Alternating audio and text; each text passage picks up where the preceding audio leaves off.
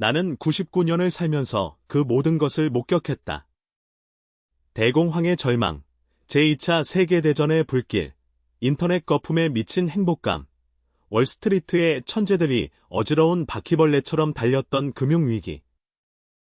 그러나 잔인한 진실만큼 저에게 충격을 준 것은 아무것도 없습니다. 비참함에 빠지는 것은 가난한 사람들이 아닙니다. 정교한 빈곤의 황금더대 평생을 가두는 뛰어난 전문가, 의사, 변호사, 대기업 임원인 중산층입니다. 생각해 보세요. 이들은 복잡한 수술을 수행하고 수천 가지 법률을 숙달하고 기업 제국을 지휘하는 사람들과 동일합니다. 돈을 버는 사람들, 세대를 이어갈 재산을 가지고 하와이 해변에서 은퇴해야 하는 사람들. 하지만 현실은 파도가 잦아들고 은퇴가 다가왔을 때 남는 것은 사막보다 건조한 은행 계좌, 끝없는 부채, 인플레이션으로 인해 잠식된 비참한 은퇴에 대한 의존성입니다. 노력이 부족해서가 아닙니다. 그들은 밤늦게까지 일합니다. 그것은 불운이 아닙니다. 그들은 역사상 가장 번영하는 시대에 살았습니다. 문제는 그들이 부를 축적하고 있다고 믿으면서 평생을 햄스터 쳇바퀴 위에서 달리며 보냈다는 것입니다. 사실 그들은 불을 빼내도록 설계된 시스템에 먹이를 주고 있을 뿐입니다. 그들은 자신들이 삶의 주인이라는 환상을 믿게 되었지만 실제로는 은행, 보험회사, 자동차 제조업체에서 잘 먹여주는 돈벌이에 불과했습니다. 그 함정은 훌륭합니다. 그것은 지위, 안전, 성공에 대한 약속으로 빛나고 우리의 가장 깊은 두려움, 즉 뒤처지는 것에 대한 두려움, 충분하지 않다는 두려움, 우리가 성취한 것을 잃을 것이라는 두려움을 이용합니다. 그리고 최악은요? 대부분은 자신들이 삼켜지고 있다는 사실조차 깨닫지 못합니다. 내가 거의 한 세기 동안 배운 비밀은 마술도, 비밀 공식도 아닙니다. 그것은 그 반대입니다. 하지 말아야 할 일을 이해하는 것입니다. 돈이 물처럼 흐르는 구멍을 식별하고 너무 늦기 전에 채우십시오. 지금 행동하지 않으면 20년 후에 당신도 이 전문가들과 같은 상황에 처하게 될 수 있기 때문입니다. 비싼 학위, 화려한 경력, 빈 은행 계좌를 가지고 말이죠. 경영대학원조차 너무 복잡하게 다루는 기본부터 시작해 보겠습니다. 실제로 자산이란 무엇입니까? 월스트리트는 당신의 집, 자동차, 요트가 자산이라고 말할 것입니다. 거짓말하다. 업적으로 위장한 함정이다. 진짜 자산은 당신이 자고, 일하고, 심지어 죽을 때에도 주머니에 돈을 넣어주는 것입니다. 임대료, 배당금, 로열티가 될 수 있습니다. 부채는 더 많이 가질수록 이자, 유지관리, 보험, 할부 등 더 많은 돈을 빨아들이는 모든 것입니다. 대부분의 사람들은 부를 쌓고 있다고 생각하면서 부채를 사기 위해 평생을 빚을 지며 보냅니다. 그것은 물이 새는 양동이를 채우려는 것과 같습니다. 당신은 자신의 능력을 자랑스러워하며 온 힘을 다해 수도꼭지를 열지만 바닥에 구멍이 가득 차 있다는 것을 보지 못합니다. 질병, 실업 또는 노령으로 인해 수도꼭지가 닫히는 날 양동이는 비어있게 됩니다. 그리고 그것이 바로 우리가 가장 큰 함정을 해제하기 시작하는 곳입니다. 첫 번째이자 아마도 가장 매혹적인 것은 바로 지금 차고에 앉아 햇빛을 받아 빛나는 자동차입니다. 특히 새 차라면, 특히 가격이 비싸다면 더욱 그렇습니다. 오해하지 마십시오. 자동차는 유용하지만 지위의 상징이 되면 재정적 낭비가 됩니다. 광고는 당신의 자존심을 어지럽히는 데 능숙합니다. 당신은 그럴 자격이 있습니다. 귀하의 고객은 당신을 더 존경할 것입니다. 그것은 당신과 같은 수준의 사람에게는 최소한입니다. 그리고 당신은 5년 대출에 서명하고 새 차 냄새를 맡으며 세상 정상에 오른 듯한 기분으로 차를 몰고 갑니다. 그러나 여기에 솔직한 진실이 있습니다. 대리점을 떠나는 순간 자동차 가치가 10%, 20%씩 손실됩니다. 명품 모델이라면 반은 잃을 수도 있다. 당신은 엑셀을 밟을 시간조차 없었고 이미 수천 달러를 잃었습니다.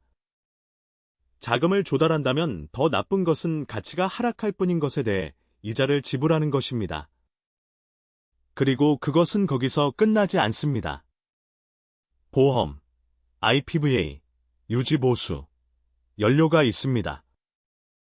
그곳에서 지출한 모든 달러는 실제로 성장하는 데에는 사용되지 않는 달러입니다. 수학을 해보자.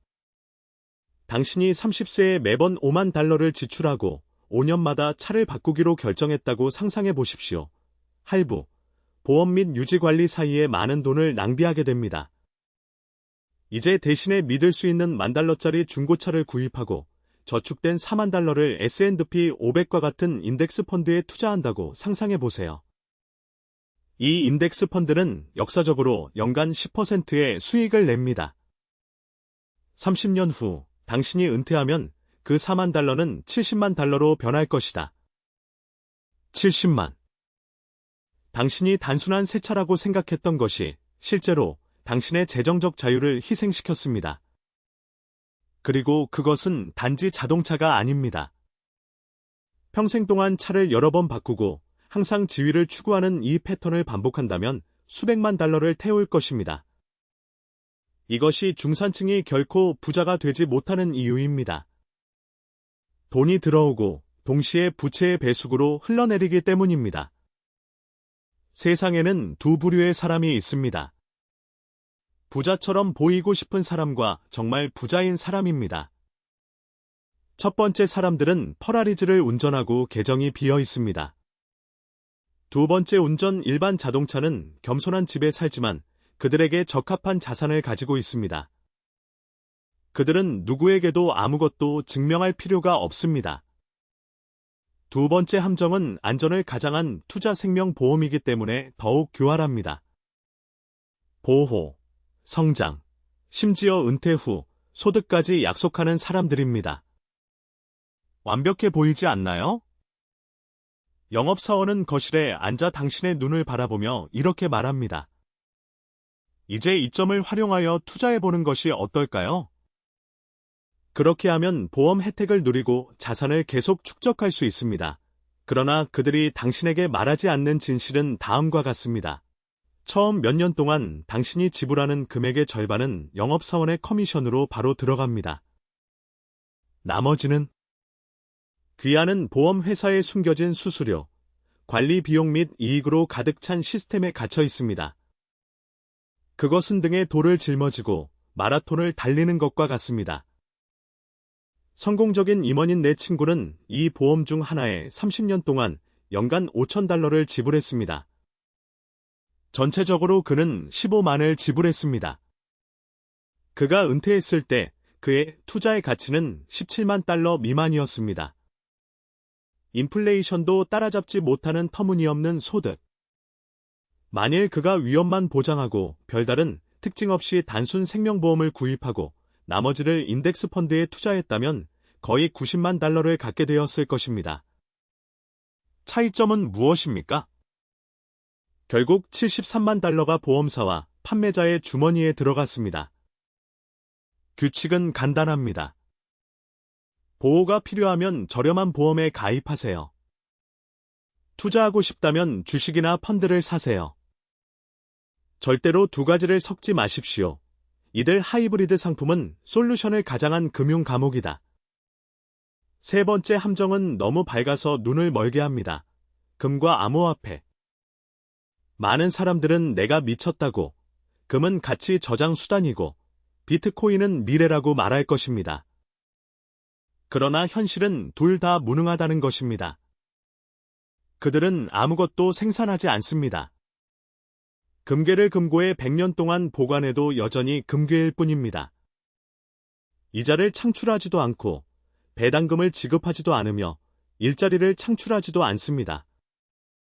이익을 얻기 위한 유일한 희망은 당신이 지불한 것보다 더 많은 돈을 기꺼이 지불할 사람을 찾는 것입니다. 이것은 투자가 아니라 순수한 투기입니다.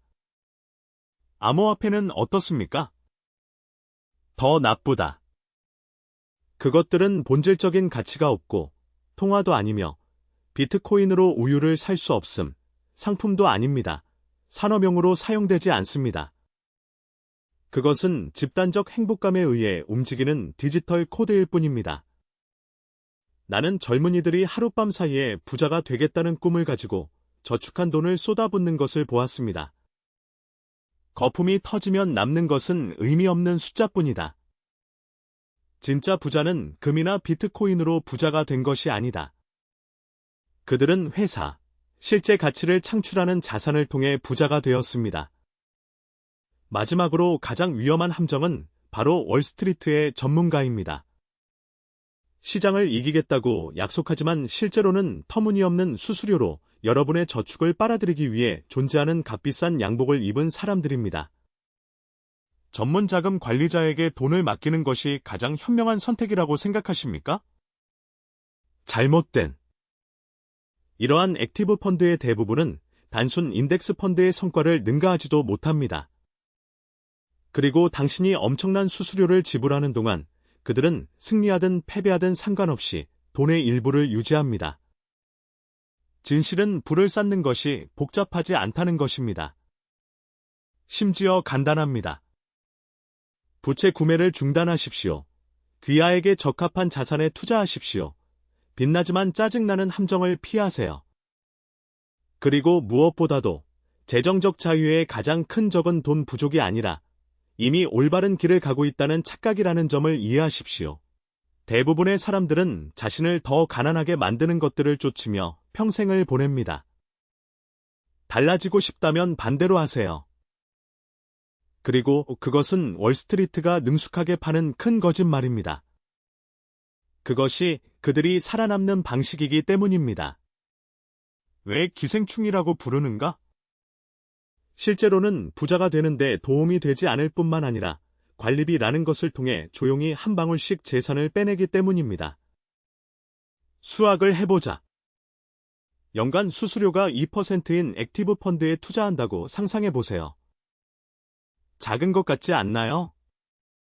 단지 2%입니다.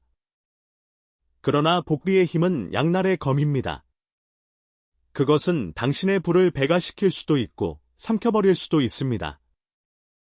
이 투자를 30년 동안 유지한다면 연간 2%는 수입의 10% 또는 20%를 소비하지 않습니다. 그들은 최종 자산의 거의 절반을 삼킬 것입니다. 맞습니다. 당신은 모든 시장 위험을 감수하고 모든 변동을 견뎌냅니다. 그리고 결국에는 에어컨이 설치된 사무실에 앉아있는 사람이 비록 그가 아무것도 제대로 하지 않았더라도 당신이 만든 것의 절반을 가져가게 됩니다. 이것은 투자가 아닙니다. 합법화된 강도입니다. 그리고 최악은요? 이러한 액티브 펀드의 대부분은 시장을 이길 수도 없습니다. 데이터에 따르면 10년, 20년에 걸쳐 전문 관리자의 90% 이상이 S&P 500과 같은 단순한 지수에 손실을 입는 것으로 나타났습니다. 왜일까요? 그들은 너무 똑똑하기 때문입니다. 그들은 항상 사고 팔면서 수익을 감소시키는 거래 비용과 세금을 발생시킵니다. 그들은 시장을 추측하려고 노력하지만 시장은 예측할 수 없습니다. 그리고 무엇보다도 그들의 이익은 당신의 것이 아닙니다. 관리자의 목표는 당신을 부자로 만드는 것이 아닙니다. 더 많은 수수료를 지불하기 위해 펀드의 규모를 늘리는 것입니다.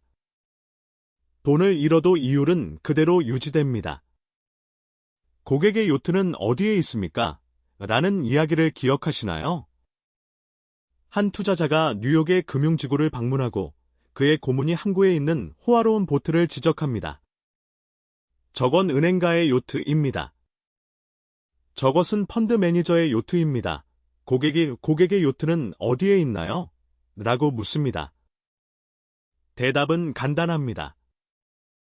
고객에게는 요트가 없습니다. 그들은 비용을 지불한 사람들입니다. 나는 다른 사람들의 무주로부터 이익을 얻기 위해 정보 비대칭성을 이용하는 이러한 비즈니스 모델을 싫어합니다. 그러므로 내 철학에 따르면 우리는 스스로 투자하거나 매우 저렴한 패시브 펀드에 돈을 투자합니다. 우리는 이러한 비싸고 평범한 도우미에게 우리 자산을 결코 넘겨주지 않습니다. 그러나 가장 교활한 마지막 금융 기생충이 있습니다. 그것은 안전, 신중함, 상식으로 위장합니다. 사실 그것은 당신이 깨닫지도 못하는 사이에 당신을 펄펄 끓게 만드는 따뜻한 물 냄비입니다. 현금에 있는 돈, 장기 채권, 유동성에 대한 집착. 많은 보수적인 투자자들은 채권은 안전한 피난처가 아닌가? 국채는 무위험 자산이 아닌가? 현금이 왕이 아닌가? 라는 말을 듣고 안도감을 느낍니다. 이론적으로는 위험이 없습니다. $1000짜리 채권을 사면 정부는 만기일에 $1000를 돌려줍니다. 그러나 구매력 측면에서 볼 때 그들은 부를 파괴하는 기계입니다. 나는 그것을 보장된 빈곤이라고 부릅니다. 왜?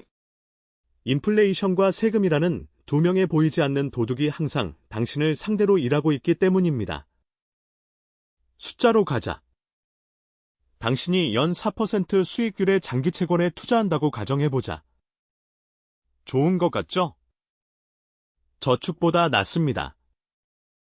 그러나 인플레이션이 3%라면 시작하기도 전에 이미 실질 이익의 75%를 잃은 것입니다. 그런 다음 사자가 나옵니다. 정부는 4%의 명목소득세를 부과합니다.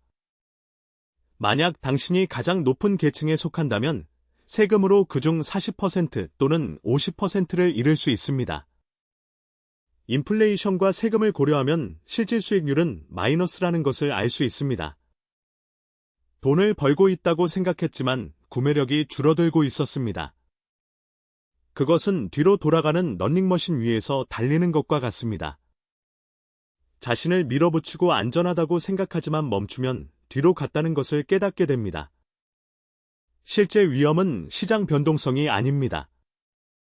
그것은 당신의 돈이 조용히 침식되는 것입니다. 나는 주식시장 변동으로 충격을 받아 다시는 주식에 투자하지 않겠다고 맹세한 신중한 전문가들을 많이 알고 있습니다. 나는 단지 내 자본을 보존하고 싶을 뿐입니다. 라고 그들은 말합니다. 그래서 그들은 모든 것을 고정 수입이나 저축에 넣습니다. 30년이 지난 지금, 자본은 온전합니다. 하지만 오늘날 자본이 구매하는 금액은 이전에 구매한 금액의 일부에 불과합니다. 보안은 어디에 있었나요? 이것은 신중함이 아닙니다. 그것은 가난해지는 느리고 고통스러운 길이다. 나는 장기 채권에는 거의 투자하지 않는다. 그리고 저는 특별한 기회를 기다리지 않는 한 절대 많은 양의 현금을 보관하지 않습니다. 왜냐하면 고정 수입에 돈을 저축하는 것은 미래에 대한 베팅이기 때문입니다.